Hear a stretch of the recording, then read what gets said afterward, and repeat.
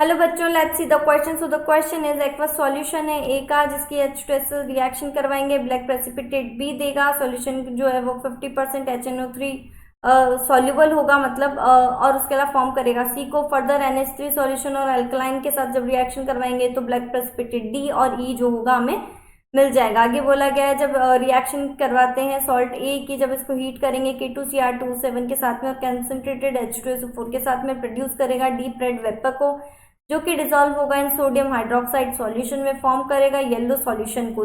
ये जो सॉल्यूशन रहेगा ये क्या करेगा, ये हमें येलो प्रेसिपिटेट देगा विद BaNO3 का होल टू सॉल्यूशन जो होगा उसका ऑन द बेसिस ऑफ, मतलब ये सारी कैरेक्टरिस्टिक इन्फॉर्मेशन जो है इसके बेस पे हमें बताना है कि इनमें से करेक्ट स्टेटमेंट कौन सा है। फर्स्ट स्टेटमेंट बोला गया एक्वस सॉल्यूशन ए जो होगा जब ये रिएक्ट करता है AgNO3 सॉल्यूशन के साथ में तो ये हमें व्हाइट प्रेसिपिटेट देगा जो कि टर्न हो जाएगा येलो में on treatment with sodium arsenide. ठीक है।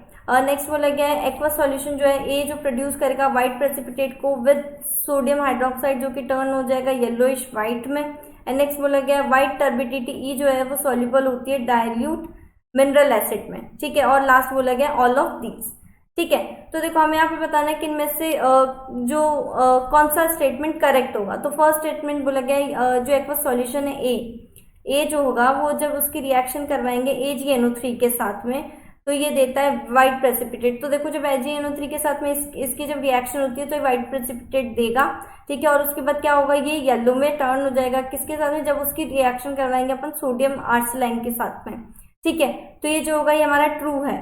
नेक्स्ट बोला गया है जो एक्वस सॉल्यूशन है ए जब ये प्रोड्यूस करेगा व्हाइट प्रेसिपिटेट को और सोडियम हाइड्रोक्साइड के साथ में तो ये येलोइश व्हाइट हो जाएगा। जब इसको गर्म करेंगे तो ये भी हमारा सही है क्योंकि जब ये रिएक्शन होती है तो ये येलोइश व्हाइट में चेंज हो जाता है। लास्ट बोला गया व्हाइट टर्बिडिटी ई जो है, यहाँ पे देखो आया है ई जो है व्हाइट टर्बिडिटी ई, ये सॉल्युबल होगा डाइल्यूट मिनरल एसिड में। तो ये जो व्हाइट टर्बिडिटी ई आएगा यहाँ पर BiOCl जो है व्हाइट टर्बिडिटी ई, ये जो होगा ये मिनरल एसिड में डाइल्यूट मिनरल एसिड में क्या हो जाता है, सॉल्युबल हो जाता है। तो ये भी ट्रू होगा।